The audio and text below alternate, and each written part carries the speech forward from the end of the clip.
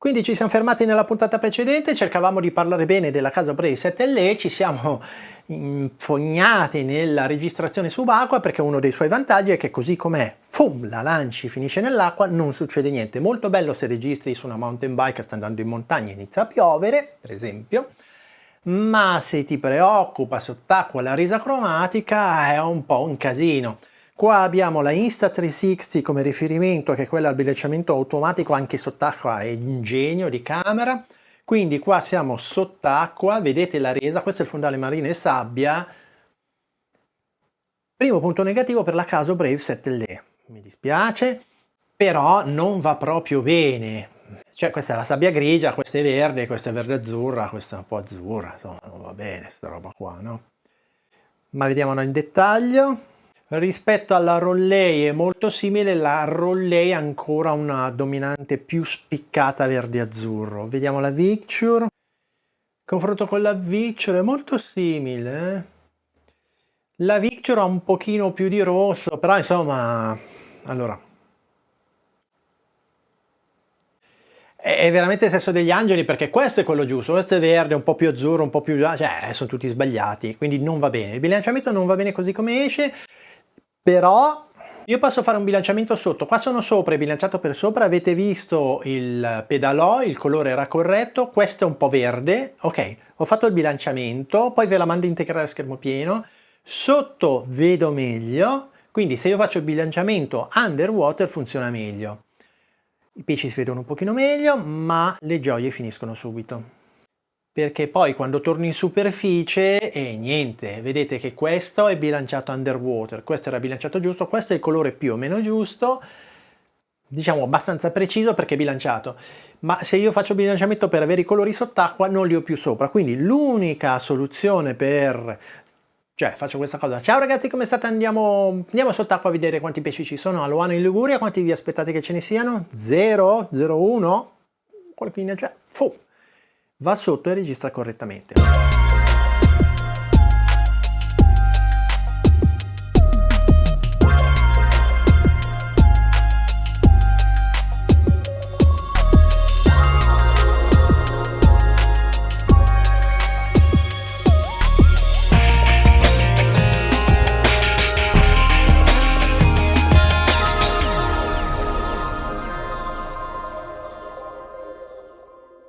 La Casio no, e aspetti negativi perché forse va confrontata con la Rollei, con la Victure e la Campark, fa tutte più o meno uguale, schifo, la Rollei è quella che ha più dominante, quindi forse la peggio, la più peggio, ecco, questo me l'hanno insegnato i miei capi in ditta, no? Quando non hanno scelto noi per un ruolo, io e l'altro collega, che saluto, ciao Giuliano, il capo ci ha detto abbiamo scelto il meno peggio e quindi in questo caso il meno peggio è la Victure, il più peggio sono io nel caso aziendale ed è la Rollei nel caso dell'Action Cam. Mi spiace Rollei, però così hai salvato la Casio dall'essere la più peggio, però non la comprate per fare riprese sott'acqua, questo è un po' il focus, no? Perché è vero che andate sotto, ma andate sotto è tutto verde o bilanciate sotto e non si vede più sopra. Tornerei in superficie. E poi c'è un altro piccolo problemino, cioè mi fa condensa, almeno la mia, magari difettosa, mi ha fatto condensa, sì, la Rollei no, e che dire, cosa succede con la condensa? Allora, questa è la Casio, non si nota niente di particolare se non che perde un pochino di dettagli qua, vedete c'è una macchia in cui non hai i dettagli così nitidi?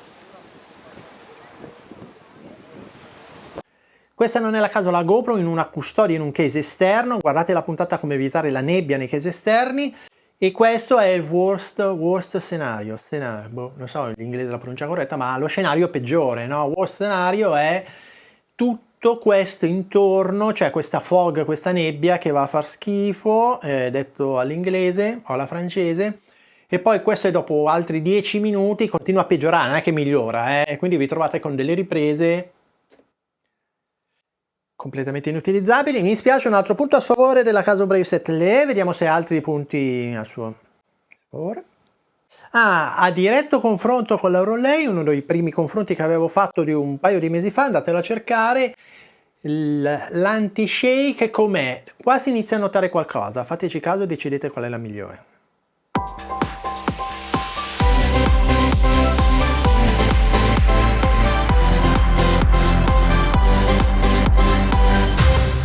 Vi lascio ancora degli spunti, sempre a caso Rollei, è una lotta face to face e qua viene fuori qualcosa.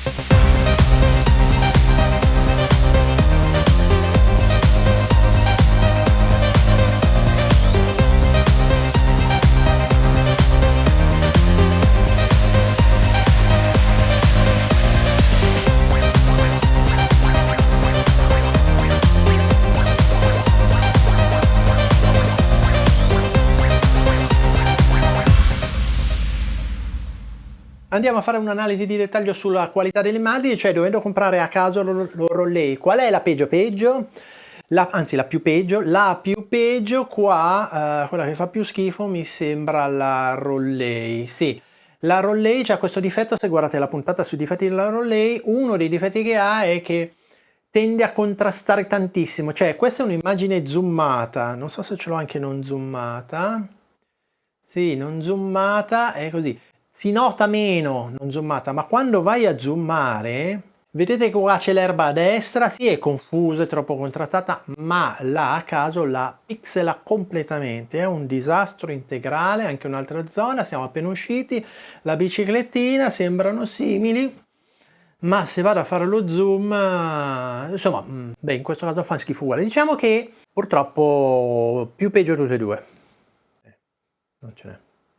Sì, fa schifo, cioè io non vorrei avere un action cam che registro e porto a casa sta roba qua. Vabbè che io sono pignolo, magari nessuno zoom. Non zoomato è quasi decente. Un altro aspetto, avendo lo schermino frontale, è molto comoda perché io mi riprendo, vedo cosa sto riprendendo, molto figo, tipo DJI Osmo Action, GoPro Hero 9, ma quello che succede è che in realtà mi taglia. Io qua lo spiego, ma se mi torna la voce, se guardate in questa scena praticamente vedete quanto più spazio c'è in questo schermo. Là a caso taglia a destra e a sinistra, è meno peggio, no? Di tagliare solo a destra e solo a sinistra, quindi tutti sposti, tipo io qua dove sono in centro, no?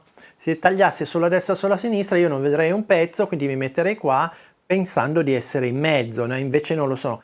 No, lei è giusta, per cui in effetti mi taglia solo di qua e di qua. Allora, praticamente sono stato già poco furbo perché ho usato la a caso come unica con il doppio LCD frontale, che se guardate la mia prova precedente è proprio quella che taglia l'immagine, quindi io adesso non so se sono... Così per esempio sarei, se uso la a caso come riferimento, sono perfettamente al centro dell'inquadratura. Secondo me c'è uno spazio o di qua o di qua, non mi ricordo da che parte taglia.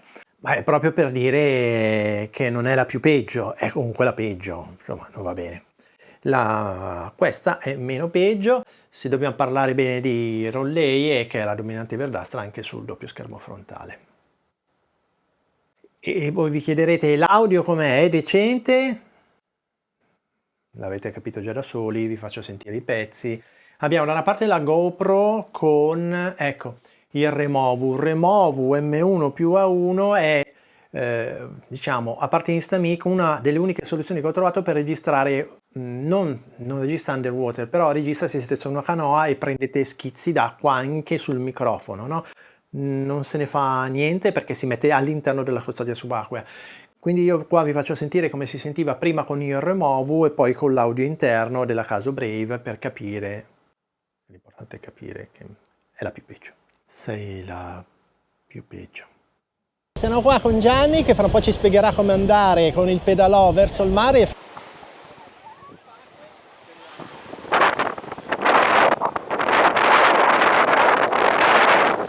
Vedere un po' di pesci in questa barriera che abbiamo qua a circa 50 metri da riva, che di solito si vedono tanti pesci. Oggi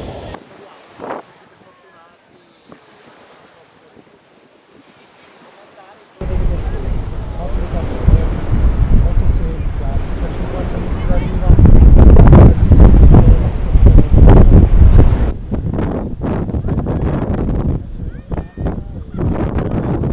una sorta di barriera corallina e c'è veramente tantissimo pesce. di vari tipi, addirittura sono comparse anche delle murene. E chiudiamo con un confronto sulla qualità d'immagine perché vogliamo vedere in situazioni non low light però crepuscolari, verso le 8 di sera d'estate, quindi c'è ancora luce ma il sole sta scendendo, come si comporta, e qua si vede abbastanza bene, sia nelle zone scure, cioè quello che mi importa è che le zone scure abbiano ancora un po' di informazione. Vedete la GoPro 7 Black, non sarà la 9 ma funziona sempre bene la GoPro, diciamo dalla 7 in poi secondo me. Non dico che sono equivalenti ma sono abbastanza buone. E un'altra zona da tenere presente, le parti più scure e le parti invece più chiare. Quindi una buona action cam cosa deve fare? Me lo sapete dire? Ovviamente sì, me lo sapete dire, le parti chiare non devono essere bruciate, le parti scure non devono essere troppo scure. Abbiamo detto prima che la Victure la C940 è molto scura e in effetti vedete che differenza. Vi lascio il video di dettaglio. GoPro Hero 7 Black come riferimento, appunto parti scure, parti chiare e poi parti scure.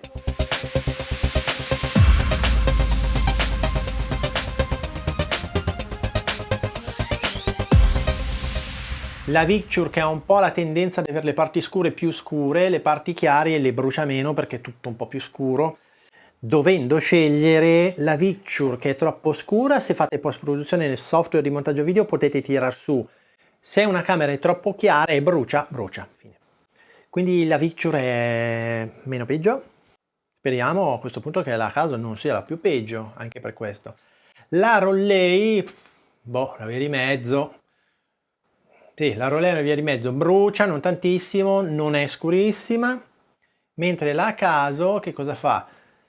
Ovviamente essendo più luminosa deve tirare su qualcosa. Siccome sono identiche, il processore è sempre quello, vi trovate ad avere una parte bruciata, più chiara ancora e bruciata. La parte scura un po' meno scura, ma non c'è tanta informazione lì però, mi spiace. Quindi dopo tutte queste disamine e circa un 72 prove che ho fatto singole terze fra la Caso, la Campark, la Victure, Rollei 9S, mi sento di dire che la Caso Brave 7 è una buona soluzione per chi vuole un doppio schermo frontale. No, mi dispiace. Se dovessi scegliere, quella che nei suoi limiti è la meno peggio è la Victure, però non ha lo schermo frontale. Se dovessi scegliere, mamma mia che fatica, boh, scegliete voi. Allora, questa è una dominante verdastra orribile e ogni tanto aggiornano il film, e se aggiornassero il film togliendo la dominante verdastra, questa vince a mani basse. Mani basse perché? Perché questa è troppo chiara e non stabilizza neanche un tubo. La Campark invece è scurissima, è la più scura di tutte, quindi boh. Allora la Campark è la più scura, la lasciamo stare, forse la Rollei correggendo il verde in post produzione. Se non volete correggere, volete un po' di luminosità in più, la Caso. Mi spiace darvi cattive notizie, però non è che posso parlare bene delle action cam perché me le regalano, io devo dire la verità.